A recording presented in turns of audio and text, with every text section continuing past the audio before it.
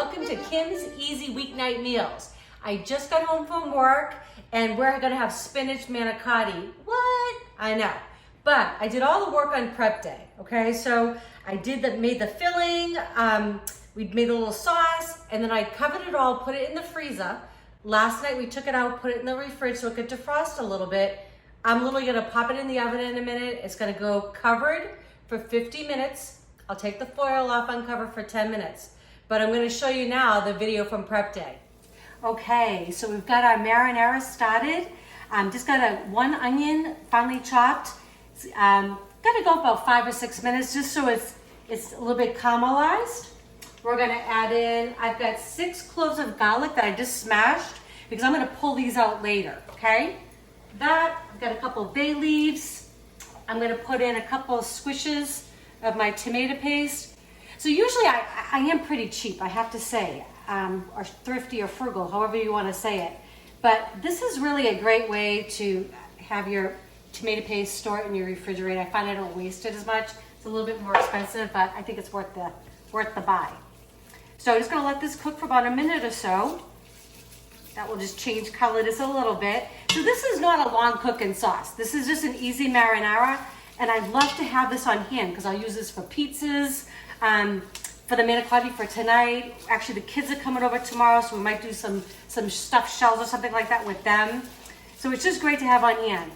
A long gravy or a long sauce, as some people call it, usually has meat and everything in it. So that's something that we'll do. We'll do it in the future.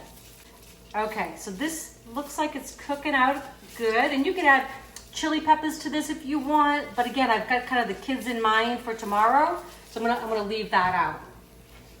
Gonna add in some lovely basil. Smells so good from our community garden. And, oh, almost forgot the wine, really? Gonna put a little bit of wine in it. This happens to be a Malbec. You can use whatever kind of wine you like. I just wouldn't use a fruity wine, some kind of a dry wine. A good cup of it in there. And then I'm gonna let this reduce, so it reduces about half. And then we're gonna add the tomatoes, and I'll show you what it looks like.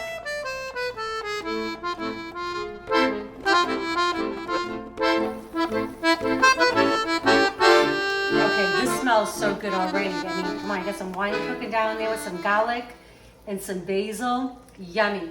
Trying to do this without making a huge mess. And these are my famous Cento San Marzano tomatoes. I absolutely love these. Again, I pay a little bit more for these than I would for the bargain brand, but they're so worth it. San Marzanos, they're grown in Italy. They look kind of like a plum tomato, but they've got a little more of a bulbous kind of, I guess, bottom to them. But they really don't have a lot of seeds in them. And that's why they make such a great tomato for a sauce. They're sweeter, they're delicious. Absolutely try them if you haven't before. I don't think you'll go back. $3.50 a can, I think they are, but well worth it. Especially if you're saving money and all the other things, right, by making home cooked meals. So I'm just gonna continue putting this in. I'm gonna stir it all together, and I'm just gonna let it bubble away. This does not have to cook long, about an hour, and we've got a marinara sauce.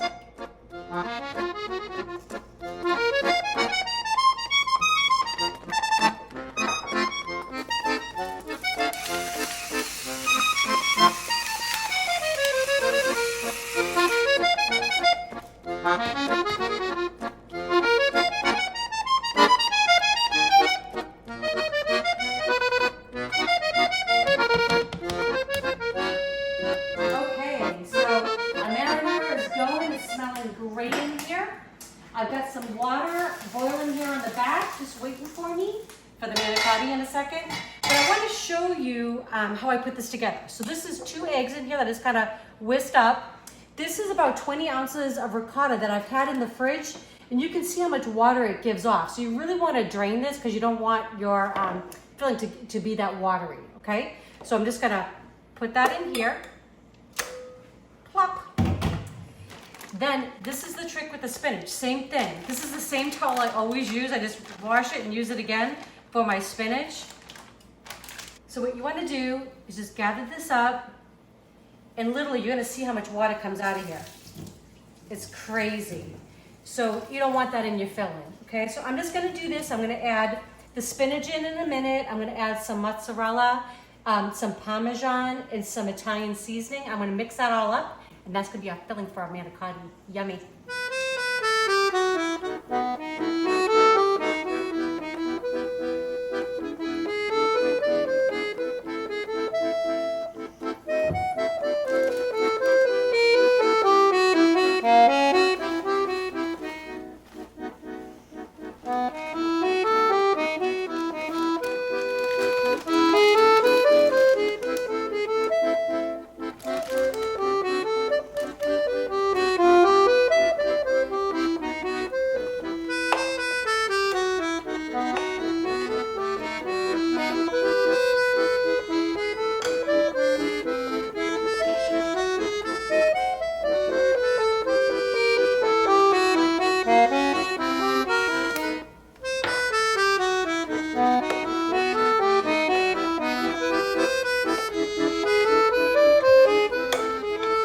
So I just added the mozzarella, about a cup of that, a little handful of my parmesan, yummy, and I added about a little palmful of my Italian seasoning and a little bit of salt. Kind of mix that all together. So this is our filling.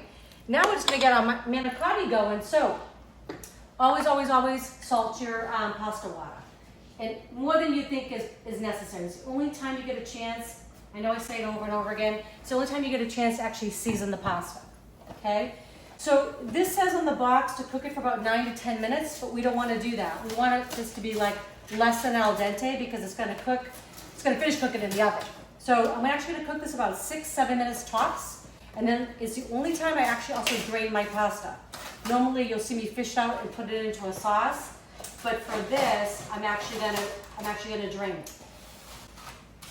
All right, lovely little manicotti shells going in for a bath.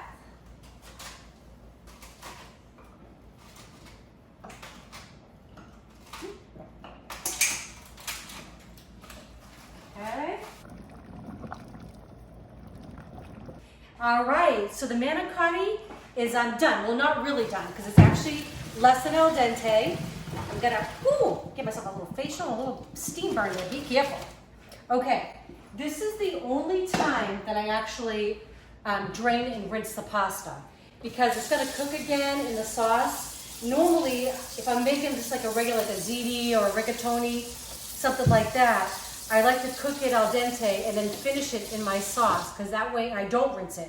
Take it right from the pot and put it in because that way the starches from the pasta will actually help the sauce actually adhere to it, okay? So I'm just gonna let these cool for just a little bit. I'm actually gonna rinse them off with some cool water, and then I'm gonna show you how we stuff them, and it's gonna go into the freezer for one night this week. Fabulous. Okay, so this is how we're gonna get our manicotti stuffed. I'm gonna put all of this in a Ziploc bag, and then I'm gonna cut a little corner of it off, and then I'm gonna be able to squish it into my little manicotti shells a lot easier. So I'm gonna do this. I'm gonna get a little bit of sauce on the bottom of this pan, and then we're gonna start stuffing. Okay, so painstakingly, I've got these things stuffed. They look amazing. So all I'm gonna do now is just cover them with a little bit of my marinara, or you can put as much as you like. And you know, you could, again, you don't have to make your own sauce. I like to, I've just been doing it for a long time. But you know, use your favorite jarred sauce, nothing wrong with that. I just always like to have it on hand. We eat a lot of tomato-based things. I like to make little pizzas during the week. All right, so just finishing getting this tomato sauce on there. And what I'm gonna do is, I'm gonna cover it with some, a little bit of Parmesan, love it. And then some mozzarella. I'm gonna let this cool completely. And then I'm gonna cover it with some plastic wrap and then some tin foil, nice and tightly. It's gonna go in the freezer. And then one night this week, we're gonna take it out the night before, put it in the fridge.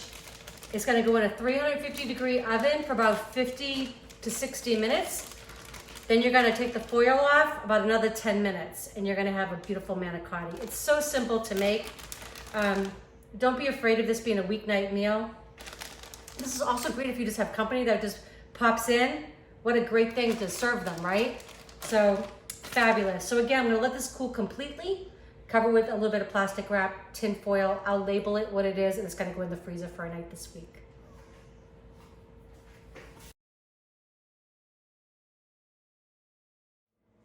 Okay, awesome. So this was all because we just prepped on prep day. Came home tonight, we were able to put this in the oven. I covered it with foil. It was in the oven at 350 for about 55 minutes. I took the foil off and let it go for another 15 minutes until it got kind of all brown and bubbly and delicious. So we're ready to serve it up in just a minute, let you know how it tastes. Okay, this smells so amazing. So I hope I've encouraged you to try this on your own. It's so simple, it's so fast and so easy. And you can come home and have this delicious meal on the table in a matter of an hour, really. So I'm gonna taste it. I don't know how much I'll be able to say after that because I think it's gonna be so yummy.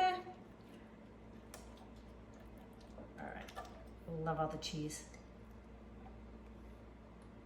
Oh my gosh, you need to make this. Let me know how it comes out. Comment, share, like, subscribe. We'd love to hear from you. Enjoy.